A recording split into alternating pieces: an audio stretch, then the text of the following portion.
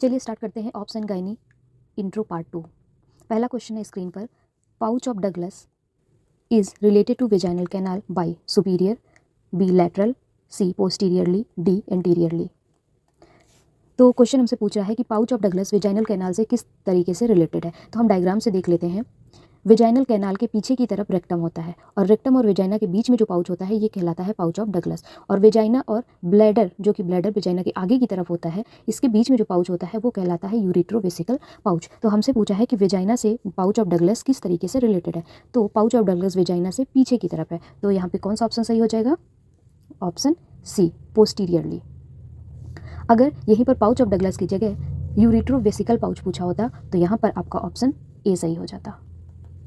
चलिए अगले क्वेश्चन की तरफ बढ़ते हैं। The accessory reproductive organ formed by modified sebaceous gland is option A breast, B ovary, C uterus, D vagina. तो आपको जैसे हमने पिछली क्लास में डिस्कस किया था, ओवरी, यूट्रस और वेजाइना ये तीनों इंटरनल रिप्रोडक्टिव ऑर्गन के पार्ट हैं, इंटरनल ऑर्गन है रिप्रोडक्टिव सिस्टम के। और जो एसेसरी रिप्रोडक्टिव ऑर्गन है वो है breast. Breast modified sebaceous gland होते हैं, तो ये ऑप्शन हमारा एकदम सही हो जाएगा। अगला क्वेश्चन हम देखते हैं। Which ligament is mainly support the breast? Option A broad ligament, B Cooper's ligaments, C ligamentum fascia, D ovarian ligament. तो जो ब्रॉड लिगामेंट है ये यूट्रस, ओवरी, फैलोपियन ट्यूब को पेरिटोनियल कैविटी से जोड़ता है, पेरिटोनियल कैविटी से जोड़ता है। और ओवेरियन लिगामेंट जो है ये भी ओवरी को यूट्रस से जोड़ता है। और कोपर्स लिगामेंट जो होता है ये है आपका करेक्ट ऑप्शन, ये ब्रेस्ट को सपोर्ट करता है, तो ऑप्शन बी जो है आपका करेक्ट हो जाएगा। अगले क्वेश्चन की तरफ बढ़ते हैं। फंक्शन ऑफ बार्थोलिन ग्लैंड्स में पूछ रहा है कि बार्थोलिन ग्लैंड के फंक्शन क्या हैं। तो जब बार्थोलिन ग्लैंड आ गई है तो हम ग्लैंड्स के बारे में जान लेते हैं। ये है फीमेल वल्वा, यहाँ पर होता है वेजाइना, वेजाइना के पास होती हैं दो पेयर में ग्लैंड, इनको बोलते हैं हम बार्थोलिन ग्लैंड, या इनका दूसरा नाम है ग्रेटर वेस्टिबुलर ग्लैंड।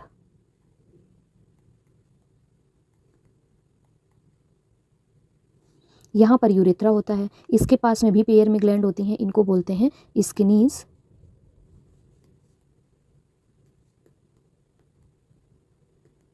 ग्लैंड, इनको बोलते हैं lesser vestibular gland, lesser vestibular gland. इनको पैरा यूरेथ्रल ग्लैंड भी बोलते हैं, पैरा यूरेथ्रल ग्लैंड भी बोलते हैं। और जो मेन फंक्शन होता है बार्थोलिन ग्लैंड का, क्योंकि ये वेजाइना के पास है तो ये क्या कराती हैं? Lubrication of vagina during sexual intercourse, lubrication of vagina. और जो स्किनीज ग्लैंड है इनके कई काम होते हैं, ये एंटी माइक्रोबियल प्रॉपर्टीज़ होती है, एंटी माइक्रोबियल प्रॉपर्टीज़ होती है इनकी, और ये लुब्रिकेट करती हैं यूरेथ्रा को, लुब्रिकेशन ऑफ यूरेथ्रा। और कुछ रिसर्चेस में ये भी बोलते हैं ये फीमेल इजैकुलेशन कराती हैं, फीमेल इजैकुलेशन कराती हैं। तो इसमें क्वेश्चन में पूछ रहा है कि बार्थोलिन ग्लैंड का फंक्शन क्या है। Option A lubrication of vagina, B secrete sebaceous fluid, C lubricate to cervix, none. तो इसका भी हमने पढ़ा, ये क्या कराती हैं? लुब्रिकेशन ऑफ वेजाइना, तो ऑप्शन ए जो है वो एकदम करेक्ट हो जाएगा। और ये सेबेसियस फ्लूइड नहीं, म्यूकस लाइक फ्लूइड सिक्रीट करती हैं, म्यूकस लाइक फ्लूइड सिक्रीट करती हैं। तो इसका करेक्ट ऑप्शन क्या हो जाएगा? Lubrication of vagina. अगला क्वेश्चन हम देखते हैं। Which of the following glands in female homologous to prostate gland? Prostate gland किस में होती है? मेल में। पहला ऑप्शन है Bartholin gland, B bulbourethral gland, C para urethral gland, C seminal vesicle. तो प्रोस्टेट की होमोलॉगस ग्लैंड कौन सी है? बार्थोलिन ग्लैंड तो अभी हमने समझा ये होती हैं फीमेल में, बल्बो यूरेथ्रल ये मेल में है, और पैरा यूरेथ्रल ये स्किनीज ग्लैंड का ही दूसरा नाम है, ये फीमेल में होती हैं, और सेमिनल वेसिकल ये भी मेल में होते हैं। तो ये दोनों ऑप्शन तो हमारे गलत हो जाएंगे। अब जो प्रोस्टेट ग्लैंड होती हैं वो स्किनीज ग्लैंड यानी पैरा यूरेथ्रल ग्लैंड के होमोलॉगस होती हैं, तो ऑप्शन सी जो है वो एकदम करेक्ट हो जाएगा। Bulbo urethral, bulbo urethral gland होती हैं, बल्बो यूरेथ्रल ग्लैंड जो होती हैं इनको कूपर्स ग्लैंड भी कहते हैं, कूपर्स ग्लैंड भी कहते हैं। और इनका ये जो फ्लूइड सिक्रीट करती हैं ये एल्कलाइन इन नेचर होता है, एल्कलाइन नेचर में होता है, और ये क्लियर म्यूकस होता है, क्लियर म्यूकस होता है। इसको प्रीकम या कूपर्स फ्लूइड या प्री इजैकुलेटरी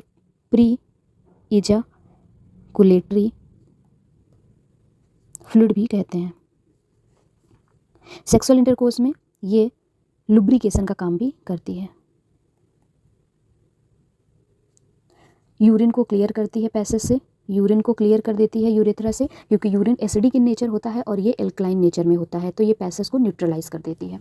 और जो सेमिनल वेसिकल होते हैं ये 70% तक का सीमेन का पार्ट बनाते हैं। जो सीमेन जो फ्लूइड निकलता है वो सेमिनल वेसिकल से ही निकलता है। और Bartholin gland and paraurethral gland के बारे में हम पहले देख चुके हैं, तो इसका जो करेक्ट ऑप्शन हो जाएगा वो होगा पैरायूरेथ्रल ग्लैंड। अगला क्वेश्चन हम देखते हैं, what is the weight of non pregnant uterus. जो नॉन प्रेग्नेंट स्टेज का यूट्रस होता है उसका जो वजन होता है वो लगभग 50 से 80 ग्राम होता है। इसके बीच में कोई भी ऑप्शन अगर आ जाए तो आपको वो करेक्ट कर देना है। पहला ऑप्शन है हमारा 40 ग्राम, दूसरा है 90 ग्राम, तीसरा 70 ग्राम, चौथा 60 ग्राम। तो ये दोनों ऑप्शन हमें करेक्ट रेंज में हमारी आ रहे हैं, लेकिन अगर 60 ग्राम आपको ऑप्शन में मिल रहा है तो ये सबसे अच्छा ऑप्शन है। तो आपको क्या चूज़ करना है, डी ऑप्शन जो है वो एकदम करेक्ट हो जाएगा। अगला क्वेश्चन देखते हैं, the normal vaginal pH during child bearing age is. Option A 4.5, B 5.7, C 6.8, D 7। तो जो नॉर्मल पीएच होता है वेजाइना का ड्यूरिंग चाइल्ड बियरिंग एज वो एसिडिक होता है, 4 से 5 के बीच में होता है। तो जो सबसे राइट आंसर हमें मिलेगा वो होगा 4 से 5 के बीच में कौन सा है, 4.5। तो ए ऑप्शन एकदम करेक्ट हो जाएगा। और जो पीएच ऑफ यूरिन होता है, पीएच ऑफ यूरिन होता है वो होता है 6.5, ये याद रखिएगा। और एक चीज़ और बता दूं, जो नॉर्मल वेजाइनल पीएच है वो एसिडिक होता है, और ये एसिडिक क्यों होता है, due to डोडरलीन bacilli.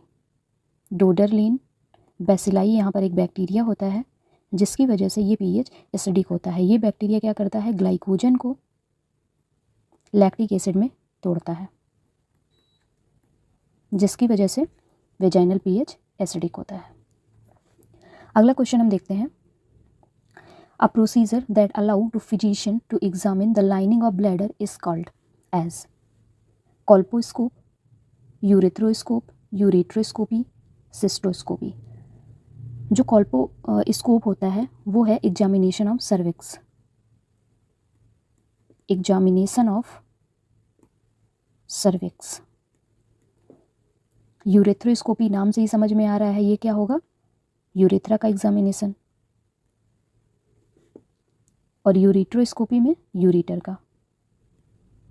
Cystoscopy means bladder. Cystitis किसको बोलते हैं, इन्फेक्शन ऑफ ब्लैडर। तो जो करेक्ट ऑप्शन आपका हो जाएगा वो क्या होगा, सिस्टोस्कोपी। ऑप्शन डी करेक्ट हो जाएगा। अगला क्वेश्चन हम देखते हैं, inspection of uterine cavity by endoscopy with access through cervix is known as। inspection of uterine cavity by endoscopy with access through cervix is known as A hysteroscopy, B salpingoscopy, C salpingogram, D hysterosalpingoscopy।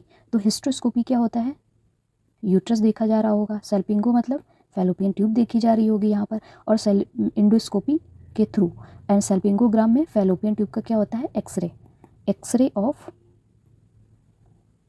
Fallopian tube. और hysterosalpingoscopy में क्या होगा, fallopian tube plus uterus को endoscopy द्वारा देखा जाएगा। तो यहाँ पर जो करेक्ट ऑप्शन यहाँ पर, क्योंकि हमसे क्या पूछा है, inspection of uterine cavity, only uterine cavity पूछा है। अगर यहाँ पर uterine cavity plus fallopian tube होता तो ऑप्शन डी हमारा करेक्ट हो जाता, लेकिन यहाँ पर क्या पूछा है, uterine, only uterine cavity through cervix. तो ये ऑप्शन ए जो है वो एकदम करेक्ट हो जाएगा। Option A hysteroscopy is correct. अगला क्वेश्चन हम देखते हैं, identify the correct statement among the following. A at birth uterine body and cervix ratio is 1.2, B at menarche the uterine body and cervix ratio is 1.2.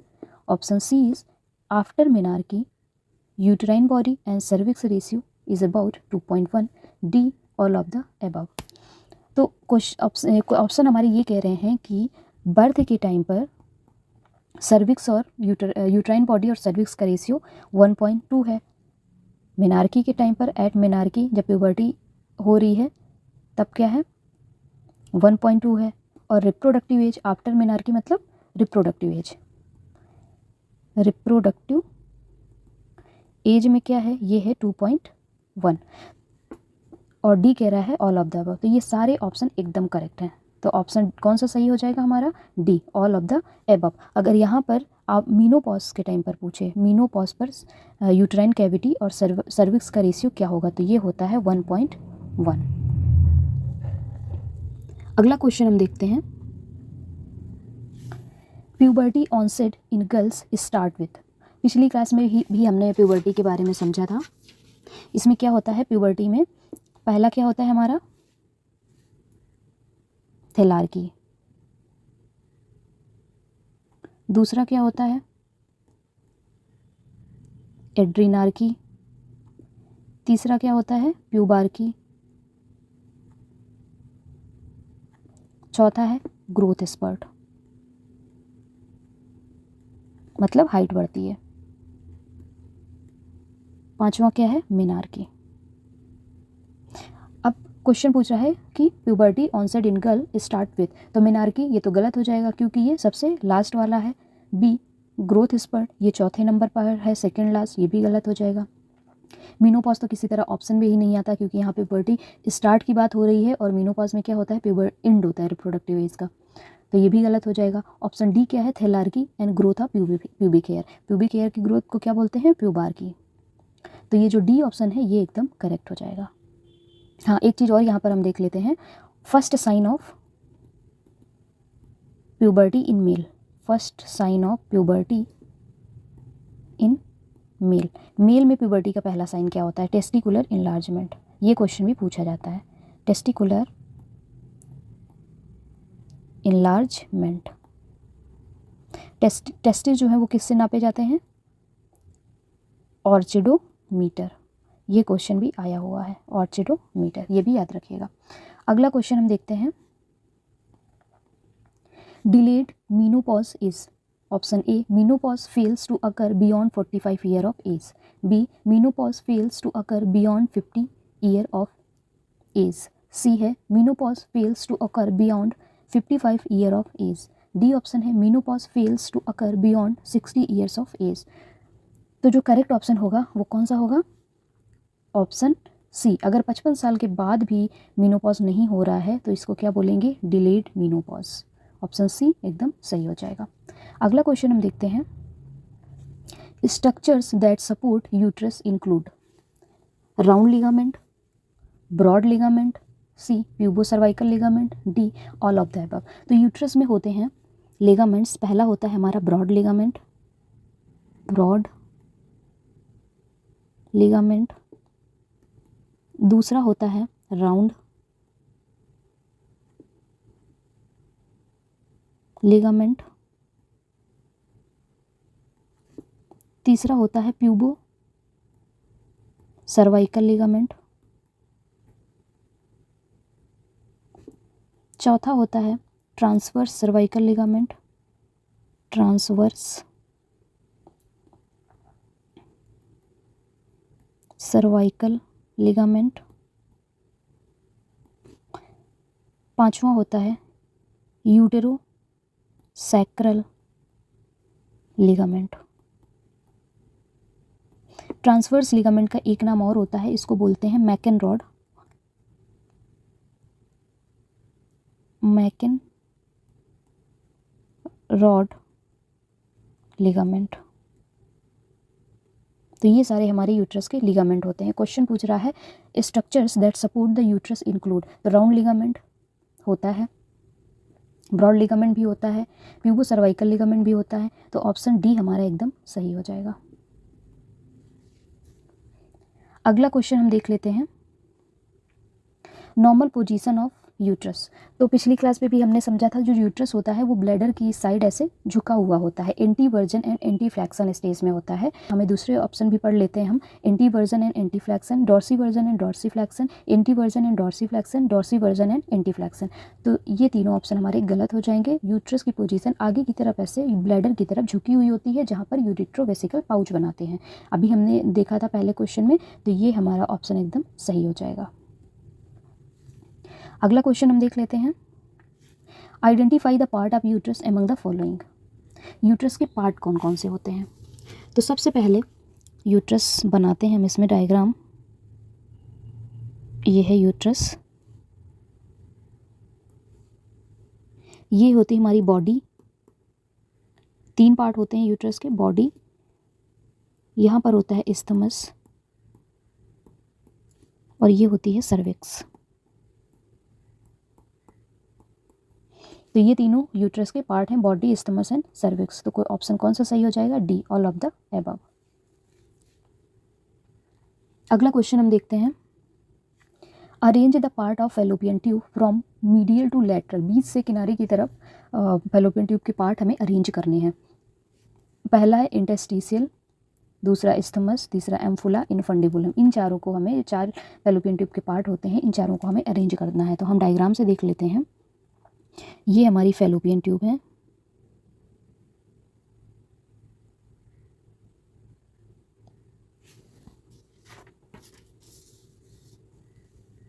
यहाँ पर होता है interstitial, ये लगभग 1.25 सेंटीमीटर का होता है। उसके बाद होता है इस्थमस, ये होता है 3 to 4 सेंटीमीटर का। उसके बाद ये जो वाइडर पार्ट होता है, सबसे चौड़ा वाला, इसको बोलते हैं एम्फुला।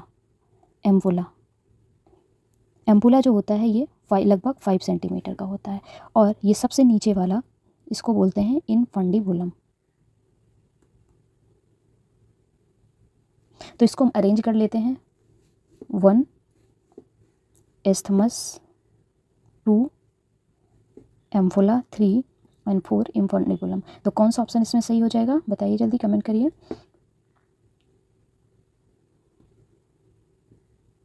पहला ऑप्शन इसमें एकदम सही हो जाएगा। अगला क्वेश्चन है, go through the following statement regarding fallopian tube and identify incorrect statement. हमें क्या करना है इसमें? इनकरेक्ट स्टेटमेंट देखना है, ये जरूर ध्यान रखिएगा। क्या देखना है हमें? Incorrect statement. पहला क्या है? Serosa muscular mucosa as the layer of fallopian tube. दूसरा कह रहा है columnar ciliated epithelium predominant in fallopian tube, ये भी एकदम सही कह रहा है। एंड तीसरा है uterine and ovarian artery supply blood to it.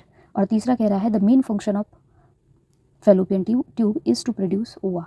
तो हम फैलोपियन ट्यूब के बारे में देख लेते हैं। इसकी लेयर कौन कौन सी होती हैं? इसकी लेयर होती है सिरोसा, दूसरी होती है मस्कुलर, तीसरी होती है म्यूकस मेम्ब्रेन। तो ये ऑप्शन भी हमारा सही हो गया, तीनों लेयर होती हैं, हाँ होती हैं, ठीक है, पहला ऑप्शन एकदम सही है। उसके बाद इसमें सेल कौन कौन सी होती हैं? इसमें सेल होती हैं, जो म्यूकस मेम्ब्रेन होती है, इसका जो सबसे ज़्यादा पार्ट होता है वो होता है कॉलुमनर सिलिएटेड एपिथेलियम का, सिलिएटेड एपिथेलियम का। तो ये ऑप्शन भी एकदम सही हो जाएगा कि हाँ प्रोडोमिनेंट सिलिएटेड एपिथेलियम होती हैं। और इसमें सिक्रीटरी सेल्स भी होती हैं, सिक्रीटरी सेल्स भी होती हैं, और इन दोनों सेल्स के बीच में पैग सेल्स भी होती हैं, और जो फैलोपियन ट्यूब है, इसका जो मेन काम होता है, इसका जो फंक्शन है वो होता है फर्टिलाइजेशन,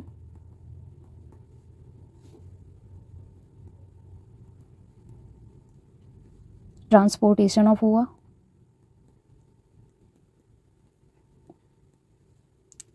और तीसरा क्या है? Survival of zygote. ये कुछ ऐसा फ्लूइड निकालती हैं जो जाइगोट के सर्वाइवल में हेल्प करता है। तो इसमें ये कहीं नहीं है कि ये ओवा प्रोड्यूस करती हैं। ओवा बनाने, अंडा बनाने का काम किसका है? अंडा, तो अंडाशय बनेगा, ओवरीम बनेगा। तो ये फैलोपियन ट्यूब ये सब क्या करेंगी? अंडे को लेकर जाएंगी फर्टिलाइजेशन के लिए। तो इनका ये काम नहीं है, तो ये ऑप्शन एकदम गलत हो जाएगा। मतलब इसमें इनकरेक्ट ऑप्शन पूछ रहा है, तो ऑप्शन डी हमारा करेक्ट ऑप्शन है।